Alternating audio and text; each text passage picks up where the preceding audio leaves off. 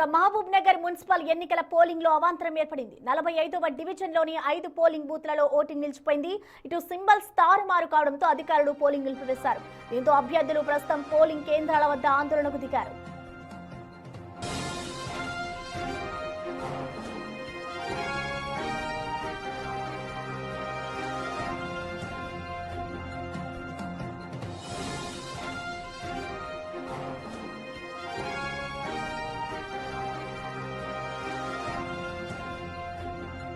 దీనికి సంబంధించిన more details ని మా ప్రతినిధి శంకర్ మనకి లైవ్ లో అందుబాటులో ఉన్నారు. శంకర్, ప్రెసెంట్ అక్కడ మున్సిపల్ పోలింగ్ అయితే అవాంతరం ఏర్పడినట్లుగా తెలుస్తోంది. అసలు దీనికి సంబంధించి అధికారులు ఏం చెప్తున్నారు? ఆ ప్రాబ్లం ని రెక్టిఫై చేశారా? ఇప్పటికే ఉమ్మడి పాలమూరు జిల్లా వ్యాప్తంగా కూడా మున్సిపల్ ఎన్నికల ప్రక్రియ సజావుగా కొనసాగుతుంది. ఒక మహబూబ్నగర్ జిల్లాలో కొంత కమ్యూనికేషన్ ప్రాబ్లంతో కూడా కొంత సింబల్స్ తారుమారు కావడం, కొంత గందరగోళానికి గురైనప్పటికీ అది పూర్తిస్థాయిలో క్లియర్ అయింది. అయితే ప్రజెంట్ మనం వనపర్తి జిల్లాలో ఉన్నాం. వనపర్తి జిల్లాలో చాలా క్లియర్గా ఎక్కడ ఎలాంటి ఇబ్బందులు తలెత్తకుండా వెబ్ కాస్టింగ్ ద్వారా పూర్తిగా కలెక్టర్ దగ్గరుండి ఈ వెబ్ కాస్టింగ్ ను పరిశీలిస్తున్నాడు. మనం విజువల్స్ లో చాలా క్లియర్గా చూడొచ్చు. మొత్తం 191 పోలింగ్ కేంద్రాలకు సంబంధించినటువంటి ప్రతి అబ్జర్వేషన్ కూడా మనం కొట్టొచ్చినట్టుగా చూడవచ్చు. ఎందుకంటే ఏం జరుగుతుంది, ఎక్కడైనా సమస్యాత్మక ప్రాంతాలు ఉన్నాయా, లేదంటే ఎక్కడైనా పోలింగ్ కు సంబంధించినటువంటి అంశాల్లో సమస్యలు వస్తున్నాయా, వీటిని ఎప్పటికప్పుడు ఎన్నికల అధికారులతో సమీక్షిస్తున్నారు. మనం విజువల్స్ లో చూడొచ్చు. కలెక్టర్ గారు కూడా దగ్గరే ఉండి చూస్తున్నాడు. ఇక్కడ ఎన్నికల అధికారులు కూడా పూర్తిగా ఓవరాల్ గా దీన్ని అబ్జర్వ్ చేస్తున్నారు. మనం ఒకసారి విజువల్స్ లో చూసినట్టయితే పూర్తి స్థాయిలో వెబ్ కాస్టింగ్ సంబంధించి ఒకసారి మనం ఆ స్క్రీన్ చూద్దాం.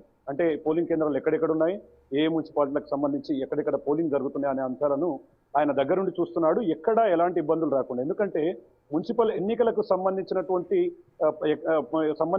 అంశాల్లో ఎక్కడైనా సరే ఎన్నికల నియమావళిని ఉల్లంఘిస్తే మాత్రం వారి మీద కఠినమైన చర్యలు తీసుకుంటామని చెప్పి కూడా ఇప్పటికే మున్సిపల్ ఎన్నికలకు సంబంధించినటువంటి అధికారి కలెక్టర్తో పాటు మిగతా అధికారులు కూడా హెచ్చరికలు జారీ చేస్తున్నారు. మరోవైపు జిల్లా ఎస్పీలు అదేవిధంగా పోలీస్ శాఖ కూడా అప్రమత్తంగా పనిచేస్తుంది. సాయంత్రం 5 గంటల వరకు కూడా ఈ ప్రక్రియ సజావుగా కొనసాగబోతుంది. 5 గంటల తర్వాత పోలీసుల ఆధ్వర్యంలో మొత్తం కూడా సెక్యూరిటీ పోలీసు బందోబస్తు మధ్య ఈ యొక్క ఏవైతే పోలింగ్ కు సంబంధించినటువంటి మెటీరియల్ కావచ్చు, మిగతావన్నీ కూడా చాలా ప్రొటెక్షన్ గా తీసుకువెళ్లి భద్రపరుస్తారు. ప్రస్తుతం మనతో వనపర్తికి సంబంధించినటువంటి జిల్లా కలెక్టర్ కూడా ఉన్నారు. ఆయన కూడా దీన్ని పరిశీలిస్తున్నారు. ఒకసారి ఆయన కూడా అడుగుదాం, అసలు ఏం జరుగుతుంది, ఇప్పటి వరకు పోలింగ్ కు సంబంధించి ఎలాంటి చర్యలు తీసుకుంటారా అనే అంశాన్ని ఆయనతో కలిసి మాట్లాడి తెలుసుకునే ప్రయత్నం చేద్దాం.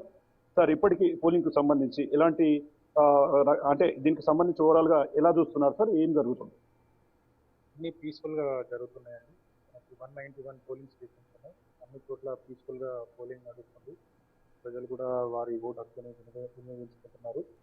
ఇప్పుడు 11 AM వరకు మనకు దాదాపు 13%, 9 AM వరకు 13% పోలింగ్ జరిగింది. ఇక్కడ కూడా మాకు ఎలాంటి కంప్లైంట్స్ లేవు. పోలీస్ కూడా స్టాండ్ బైలో ఉన్నారు. మా flying squad and police strike force కూడా they are on standby. ఇక్కడ ఏమైనా ఇష్యూ వస్తే కూడా ఇమీడియట్గా అడ్రస్ చేయడానికి ఉంటుంది. మేము కూడా సెంట్రల్లీ ఇక్కడ మానిటరింగ్ కోసం ప్రతి ఒక్క పోలింగ్ స్టేషన్లో వెబ్ క్యామ్ పెట్టించాము, లోపల బయట.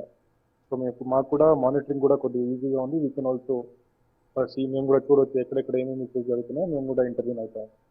సో మేజర్ గా సమస్యాత్మక ప్రాంతాల్లో ఎలాంటి చర్యలు తీసుకుంటున్నారు? ఇక మేజర్ గా పోలింగ్ ముగిసిన తర్వాత బ్యాలెట్ బాక్సులు ఇవన్నీ కూడా ఏ విధంగా భద్రపరిచేందుకు సమాయత్తం అవుతున్నారు? సో ఇప్పుడు మనకు ఒక 18 పోలింగ్ స్టేషన్స్ క్రిటికల్గా ఐడెంటిఫై చేసాం లొకేషన్. అక్కడ మేము మైక్రో అబ్జర్వర్స్ని పెట్టాము. వాళ్ళు కూడా అక్కడ చూసుకొని మాకు టైం టు టైం రిపోర్ట్ ఇస్తూ ఉంటారు. సీలింగ్కి సంబంధించి కూడా ప్రతి ఒక్క మున్సిపాలిటీ ఒక స్పెషల్ ఆఫీసర్ని అపాయింట్ చేశాము. వాళ్ళ దగ్గరుండి మెటీరియల్ కావచ్చు, స్ట్రాంగ్ రూమ్ ఇదంతా కూడా పెట్టడం జరుగుతుంది. అక్కడ కూడా పోలీస్ సెక్యూరిటీ అనేది రిసెప్షన్ దగ్గర మరియు కౌంటింగ్ దగ్గర కూడా ఒక 3 లెవెల్స్లో కూడా ఉంటుంది. సో ఎలాంటి బయట వాళ్ళని కూడా మనం రానివ్వము. ఓన్లీ అనుమతి ఉన్న వాళ్ళని రానిచ్చి వాటిని భద్రపరిచేలాగా చూస్తుంటాం. సార్, ఇక ముఖ్యంగా కొన్ని పోలింగ్ కేంద్రాలలో అభ్యర్థులు లోపల ఉంటున్నారు, కొంతమంది ప్రచారం లోపల నిర్వహిస్తున్నారు అన్నటువంటి కొంత కనిపిస్తుంది. వాటి మీద ఎలా చర్యలు ఉండబోతున్నాయి సార్? ప్రచారం అనేది అలౌడ్ లేదు. 100 మీటర్లు బయట వాళ్ళు ఒక కౌంటర్ లాగా పెట్టుకొని చేయొచ్చు. But with in 100 meters allowed ఉండదు. క్యాండిడేట్స్ ప్రెజెంట్ ఉండొచ్చు. ప్రెజెంట్ బికాస్ అది వాళ్ళ right. Candidates can be present in site. వాళ్ళ ఏజెంట్స్ ఉండొచ్చు. బట్ అక్కడ ప్రచారం అయితే presiding officer they will not be allowed. So మొత్తంగా కలెక్టర్ చెప్తున్న దాన్ని బట్టి మొత్తంగా ఎక్కడ కూడా ఇబ్బందులు తలెత్తకూడదు. మేజర్గా పోలింగ్ కేంద్రాల దగ్గర 144 సెక్షన్ అమల్లో ఉంటుంది. ఎవరైనా సరే ఎన్నికల నియమావళిని ఉల్లంఘిస్తే వారి మీద కఠినమైన చర్యలు ఉంటాయి. ప్రధానంగా 18 సమస్యాత్మక ప్రాంతాలను గుర్తించాం. దాన్ని ప్రతిక్షణం కూడా వెబ్ కాస్టింగ్ ద్వారా మేము పరిశీలిస్తున్నాము.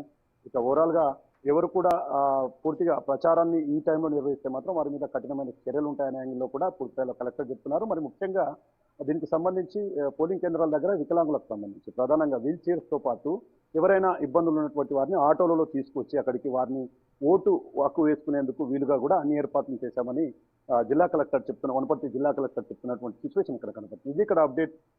Camera person Nageshwar Shankar, big TV, Wanaparthy నుండి.